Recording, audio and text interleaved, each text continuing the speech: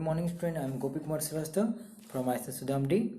This is my civics revision related to the periodic test 1. So, let's start the revision of the civics. The first objective questions. The constitution of a nation contain. एक constitution में क्या होता है? तो rule होता है, law होता है या बोथ होता है. तो यहाँ पे हमेशा याद रखिएगा, हर कॉन्स्टिट्यूशन में रूल भी होता है और लॉ भी होते हैं.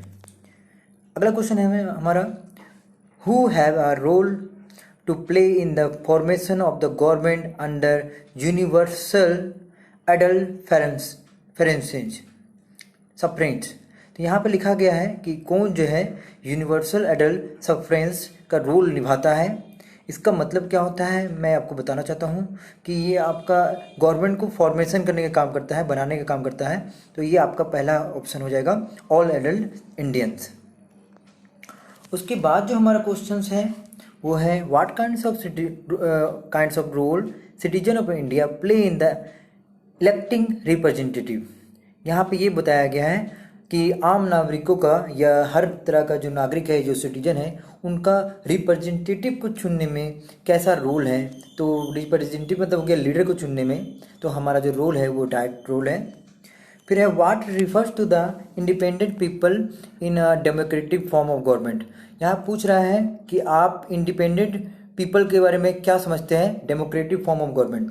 पहला बात बता दूं, हमारा जो देश है वो डेमोक्रेटिक फॉर्म ऑफ गवर्नमेंट है. यहाँ पे हमारा जो लोग होते हैं वो सॉवरेन हैं, राजा हैं, और राजा ही प्रजा को बनाते हैं. प्रजा ही आपका राजा को बनाते हैं. मतलब प्रजा मतलब हो गया आपका पब्लिक. ठीक है, तो आप इसे भूले नहीं. सेकुलरिज्म का मीन्स होता है that state the promote. Secularism means that state promote. मतलब सेकुलरिज्म मतलब क्या होता है, जो वो सेकुलरिज्म का मतलब होता है वो किसी धर्म को ज़्यादा प्रमोट नहीं करता है. ठीक है, किसी एक धर्म को लेके नहीं चलता है. मतलब नो रिलीजन, किसी धर्म को नहीं लेके चलता है. जैसे आप किसी एक धर्म को नहीं मान सकते, आप किसी धर्म को नहीं मान सकते हैं. No religion.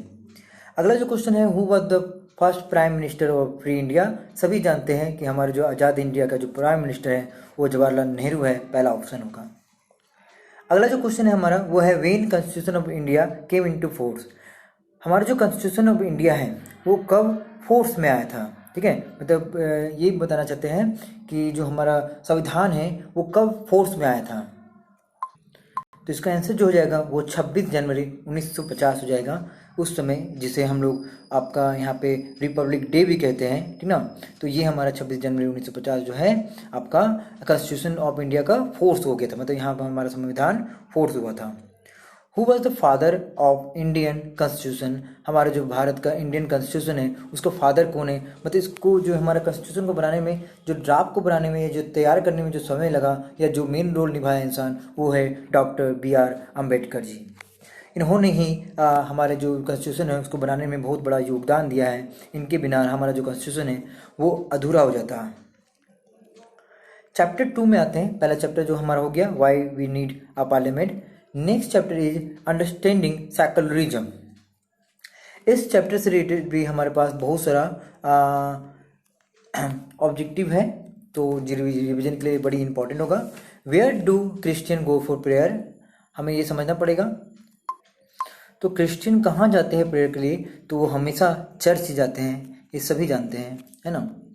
फिर अगला जो हमारा क्वेश्चन है, इंडियन कॉन्स्टिट्यूशन कंटेन. हमारे इंडियन कॉन्स्टिट्यूशन में क्या होता है.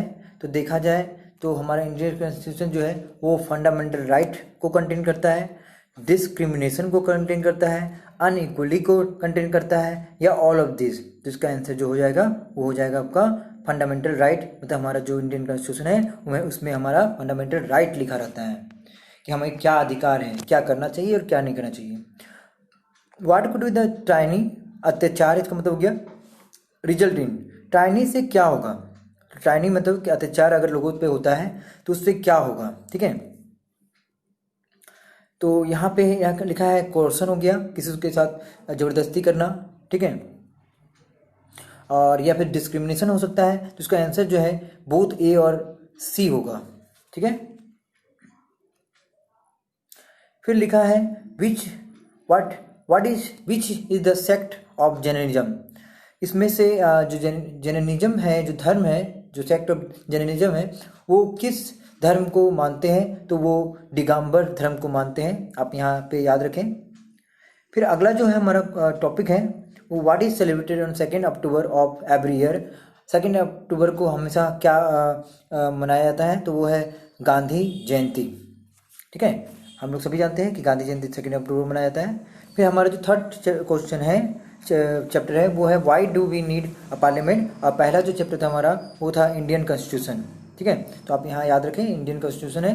और ये हमारा हो गया chapter 3 why do we need parliament. अब इस में आते हैं हम लोग, इसका भी ऑब्जेक्टिव देखते हैं।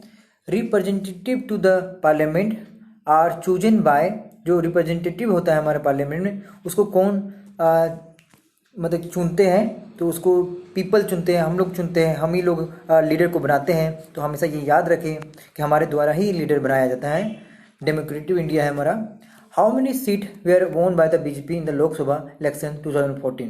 यहाँ लिखा गया है 2014 में जो इलेक्शन हुआ था उसमें कितना जो सीट है वो बीजेपी ने जीता था। तो वो लिखा है 285 जो सीट है वो बीजेपी ने जीता था। What does PMO refers to? PMO का मतलब क्या होता है? तो प्राइम मिनिस्टर ऑफिस होता है या post office, post master office होता है। तो यहाँ पे ये होगा कि प्राइम मिनिस्टर ऑफिस होता है, इसका आंसर हो जाएगा। The upper house of the parliament representing the state is term as, जो अपर हाउस होते हैं पार्लियामेंट में दो ही होते हैं, एक लोकसभा एक राज्यसभा। तो अपर हाउस जो है वो आपका राज्यसभा होता है। Who is the chairman of Rajya Sabha? और राज्यसभा जो चेयरमैन होता है, जो मेन पर्सन होता है, वो वाइस प्रेसिडेंट ऑफ इंडिया होता है। इसका ऑप्शन सी हो जाएगा। फिर कुछ ग्लोसरी जो वर्ड है वो भी हैं।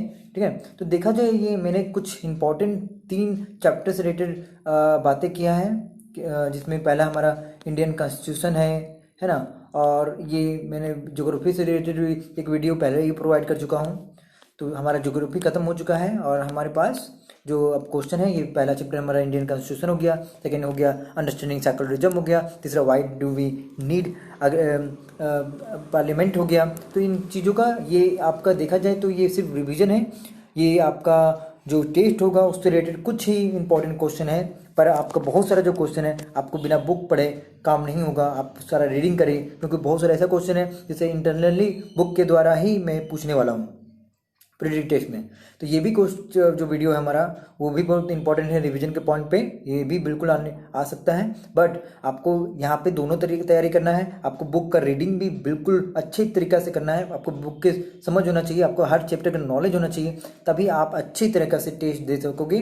तो this is an objective and so make sure that and after this video I will send about the video related to the history.